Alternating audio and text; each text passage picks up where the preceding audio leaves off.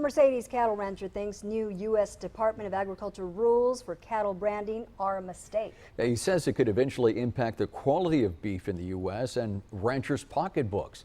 Channel 5's Frank McCaffrey reports for us at 6.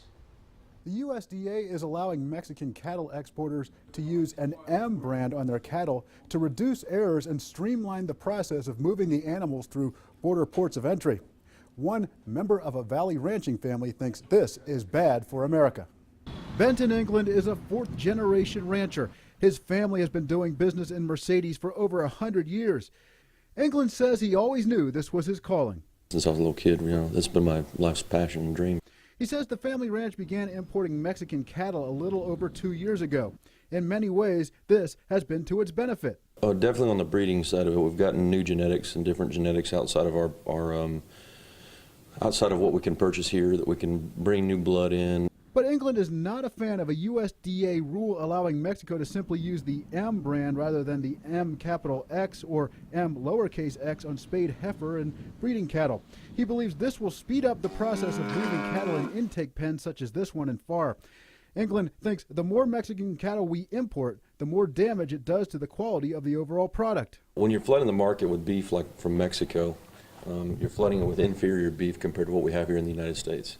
Our quality is the best in the world.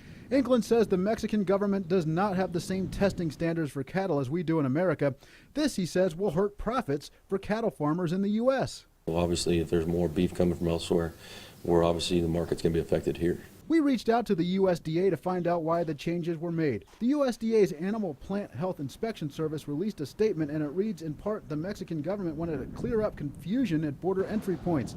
The confusion is over the different brands used by Mexican cattle exporters rather than one brand, M. England says the bottom line is if it's easier for Mexican cattle to come into the U.S., the American people will be purchasing more inferior quality Mexican beef.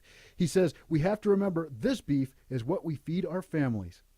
The USDA adds you can always address any concerns on these branding requirements with them. It has other branding rule proposals that you can speak on as well. For the next 3 weeks, you can address these concerns on the USDA website at usda.gov.